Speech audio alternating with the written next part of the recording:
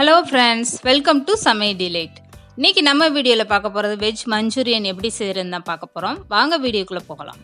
First நான் இதுக்கு எடுத்துருக்கிறது ஒரு கப் அளவுக்கு கோஸ் எடுத்திருக்கேன். நல்லா பொடிசாக கட் பண்ணி எடுத்துக்கோங்க. அதே கப்பில் அரை கப் அளவுக்கு துருவிய கேரட் எடுத்துக்கோங்க. இது கூட நீங்கள் பீன்ஸ்லாம் வேணும்னாலும் பொடிசாக கட் பண்ணிவிட்டு சேர்த்துக்கலாம். நல்லா இதை கையை வச்சு பிசைஞ்சு விட்டுருங்க. இந்த கோஸெல்லாம் நம்மளுக்கு தனித்தனியாக பிரிஞ்சு வரணும். நல்லா பிசைஞ்சு விட்டுருங்க. இது கூடவே ஒரு டேபிள் ஸ்பூன் அளவுக்கு இஞ்சி பூண்டு பேஸ்ட்டு சேர்த்துக்கோங்க. இது கூடவே 5 டேபிள் ஸ்பூன் அளவுக்கு மைதா எடுத்திருக்கேன். 4 டேபிள் ஸ்பூன் கார்ன்ஃப்ளவர் சேர்த்துக்கோங்க. இது கூடவே 1 ஸ்பூன் மிளகுத்தூள் சேர்த்துக்கோங்க. 1 ஸ்பூன் சோயா சாஸ் சேர்த்துக்கோங்க. இதுக்கு தேவையான அளவு உப்பு சேர்த்துக்கோங்க. எடுத்ததுமே தண்ணி சேர்க்காமல் கையை வச்சு இதை நல்லா பிசைஞ்சு கொடுங்க. நம்மளுக்கு கேரட்டு கோஸெல்லாம் தண்ணி கொடுக்கக்கூடிய காயின்றனால நம்ம எடுத்ததுமே தண்ணி சேர்க்க வேணாம். நான் ரொம்ப லேசாக இப்போ தண்ணி சேர்க்குறேன். இந்த அளவுக்கு நீங்கள் பிசைஞ்சு பார்த்துட்டு உருண்டை பிடிக்க வரலைன்னா கொஞ்சமாக தண்ணி சேர்த்துக்கோங்க. பாருங்கள், நான் எவ்வளோ கொஞ்சமாக தண்ணி சேர்த்தேன்னு நல்லாவே உருண்டை பிடிக்க வந்துடுச்சு. இப்போ எடுத்ததுமே நீங்கள் தண்ணி சேர்த்துட்டிங்கன்னா நம்ம சேர்த்துருக்க மாவெல்லாம் ரொம்ப தண்ணியாக போயிடும். இந்த மாதிரி குட்டி குட்டி பால்ஸாக நீங்கள் எடுத்துக்கோங்க உருட்டி. இப்போ நம்மளுக்கு எல்லாமே ரெடி ஆயிடுச்சு. இதை பொரிச்சு எடுத்துடலாம். இங்கிட்ட எண்ணெய் சூடாயிருச்சு. இதில் ஒவ்வொரு பால்ஸாக போடுங்க. ஸ்டவ்வை மீடியமாக வச்சுட்டே போட்டுடுங்க. நம்மளுக்கு வெளியில் மட்டும் வெந்த மாதிரி இருக்கும், உள்ளே வேகாது. ஸ்டவ்வை குறைச்சி வச்சுட்டு பொரிச்சு எடுத்துடலாம் அதை. இப்போ இந்த பால்ஸ் எல்லாமே வேகட்டும். லேசாக மட்டும் பரட்டி விடுங்க. இந்த பால்ஸ் போடுறதுக்கு முன்னாடி எண்ணெய் ரொம்ப சூடாக விடாமல் பார்த்துக்கோங்க. மிதமான சூட்டில் நீங்கள் போட்டிங்கன்னா தான் உள்ளது எல்லாமே சேர்ந்து வேகும். இந்த அளவுக்கு செவந்ததுக்கப்புறம் நீங்கள் எல்லா பால்ஸும் எடுத்துடலாம்.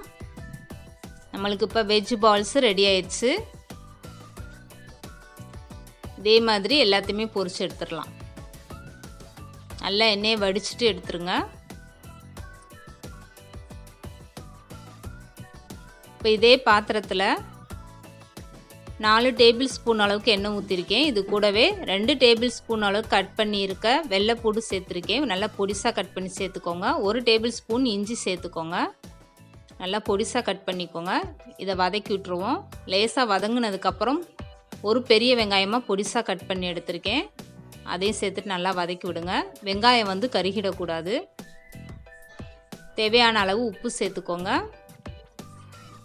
வெங்காயம் ஓரளவுக்கு நல்லா வதங்கினதுக்கப்புறம் நம்ம கட் பண்ணி வச்சுருக்க குடமிளகாய் சேர்த்துக்கலாம். நீங்கள் இதில் வெங்காயத்தாள் இருந்தாலும் சேர்த்துக்கலாம். நான் ஒரு குடமிளகா பொடிசாக கட் பண்ணிவிட்டு சேர்த்துருக்கேன். இப்போ இது கூட 4 ஸ்பூன் டொமேட்டோ சாஸ் சேர்த்துக்கோங்க. 6 ஸ்பூன் சில்லி சாஸ் சேர்த்துக்கோங்க. இது கூடவே 1 ஸ்பூன் அளவுக்கு சோயா சாஸ் சேர்த்துக்கோங்க. இந்த சாஸ் எல்லாம் சேர்த்துட்டு நம்ம லைட்டாக கிண்டி விட்டுறலாம். இது கூடவே அரை கிளாஸ் அளவுக்கு தண்ணி ஊற்றி கொதிக்க விட்டுருங்க. இந்த சாஸ் எல்லாமே சேர்ந்து கொஞ்சம் கொதிச்சு வரட்டும்.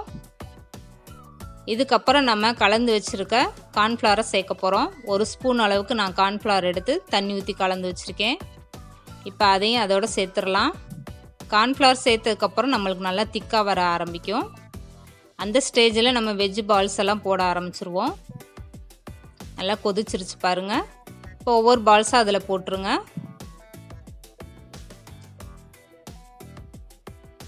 நம்ம சாஸெல்லாம் சேர்த்துருக்கனால உரப்பு புளிப்புன்னு ரொம்ப சூப்பராக இருக்கும். நீங்கள் கண்டிப்பாக அதை ட்ரை பண்ணி பாருங்கள்.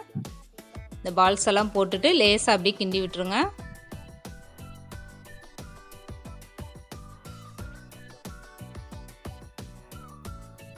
ஸ்டவ்வை குறைச்சே வச்சுக்கோங்க.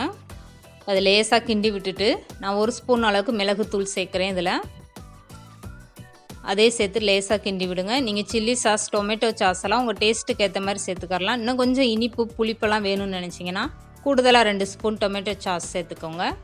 இதுக்கு மேலே கொத்தமல்லி தூவிட்டு ஸ்டவ் ஆஃப் பண்ணிடுங்க. ரொம்பவே சூப்பரான வெஜ் மஞ்சூரியன் நம்மளுக்கு ரெடி ஆயிடுச்சு. இதை கண்டிப்பாக நீங்கள் உங்கள் வீட்டிலே ட்ரை பண்ணி பாருங்கள். இந்த வீடியோ பிடிச்சிருந்தா லைக் பண்ணுங்கள், ஷேர் பண்ணுங்கள். மறக்காமல் சமையல் டிலைட் சேனலை சப்ஸ்கிரைப் பண்ணுங்கள்.